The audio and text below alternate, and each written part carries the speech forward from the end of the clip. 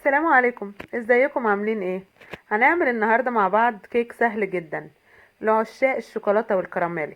كيك السنيكرز، اكنك بتاكل سنيكر بالظبط، بمكونات بسيطه جدا موجوده في كل بيت. طبقه كيك شوكولاته، فوقيها طبقه كراميل، وشويه سوداني صغيرين. وقبل ما نقول المقادير، لو اول مره تشوفوني انا منى السعيد، ما تنسوش تشتركوا في القناه. بصوا تحفه ازاي. نسمي الله. معانا بيضتين، وكوباية سكر، ونص كوباية زيت، وكوباية ونص دقيق. طريقة سهلة جدا. هنجيب الأول المواد الجافة، هننخل الدقيق، كوباية ونص دقيق هننخلهم، وعليهم 3 معالق كبار كاكاو خام. أهم حاجة ننخل الدقيق كويس عشان الكيك يطلع هش. هنجيب 3 معالق كبار كاكاو خام برضو ننخلهم، ومعلقة بيكنج باودر، ونقلبهم مع بعض، المواد الجافة كلها مع بعض. وبعد كده هنجيب الخلاط، هنحط فيه البيضتين، ومعلقة صغيرة فانيليا او كيس فانيليا باودر، وكوباية السكر، ونضربهم مع بعض لحد ما لونهم يفتح.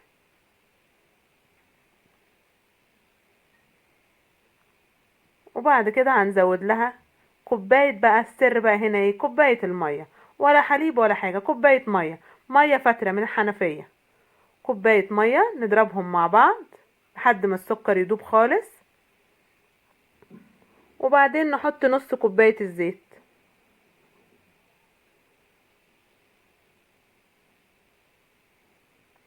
ادي نص كوباية الزيت نحطها، ونضرب المكونات السايلة كلها مع بعض كويس جدا. بس كده. وهنجيب المواد الجافة هنصب عليها اللي احنا ضربناه كله في الخلاط.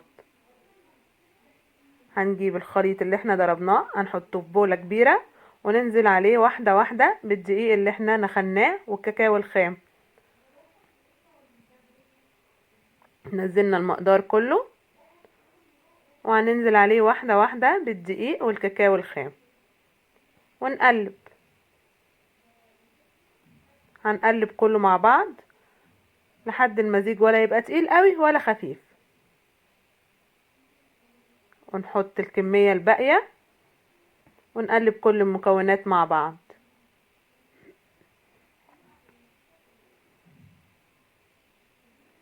قلبنا كل المكونات مع بعض لحد ما الخليط كله يمتزج مع بعض. لقينا الخليط تقيل شوية نزود شوية مية، لقينا الخليط خفيف نزود شوية دقيق. هو ده القوام المطلوب، هو ده القوام اللي احنا عايزينه، ولا تقيل قوي ولا خفيف. هنجيب بقى صينية بايركس، وهندهنها حتة زبدة. ما عندكيش زبدة شوية زيت مفيهاش اي مشكلة. وهنصب خليط الكيك، وهنكون مسخنين الفرن على درجة حرارة 170 قبل ما نبتدي. وهتاخد معانا في الفرن من ربع لتلت ساعة. اول ما الجناب تحمر ممكن نولع عليها الشواية شوية، دقيقتين 3. بس كده. وهنيجي بقى عشان نعمل طبقة الكراميل. هنجيب طاسة على النار، اهم حاجة تكون الطاسة ناشفة. طاسة على النار، على نار متوسطة، هنحط كوباية سكر،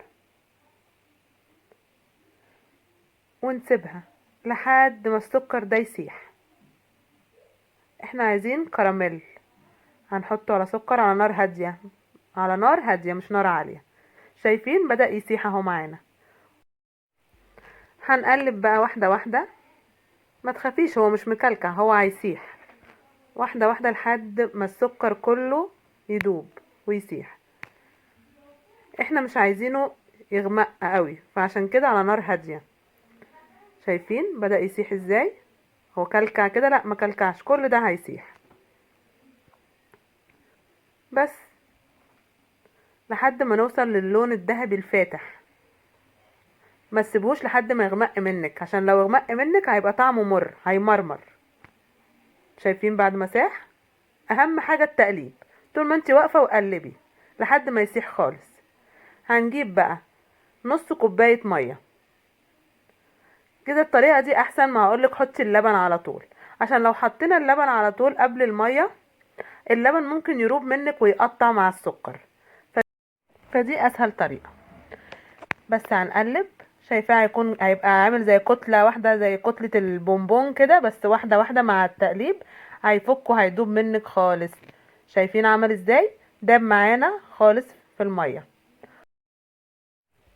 شايفين ازاي؟ خلاص. اول ما نتأكد ان كل السكر داب معانا في المية هنجيب كوباية لبن. شايفين لونه بقى عامل ازاي؟ هنجيب بقى كوباية لبن، هندوب فيها معلقة نشا كبيرة. كوباية لبن هنحط عليها معلقة نشا كبيرة ونقلب. ده بقى صوص التوفي الكراميل، اللي طعمه اللي هيبقى زي طعم السنيكر بالظبط. هننزل بكوباية اللبن على الكراميل ونقلب. لما نتأكد ان كله داب مع بعضه ويبدأ يتقل معانا هنجيب معلقة سمنة. هنجيب معلقة سمنة ننزلها تدوب معاها، هتدي لمعة وطعم تحفة. ندوب كله مع بعض، واول ما الخليط يغلي ويبدأ يتقل يبقى خلاص كده الكراميل جاهز معانا. نطفي عليه النار. شايفين اول ما بقبق كده وغلى هو كده خلاص جاهز. هنجيب بقى كوباية سوداني متحمص، اهم حاجة يكون متحمص.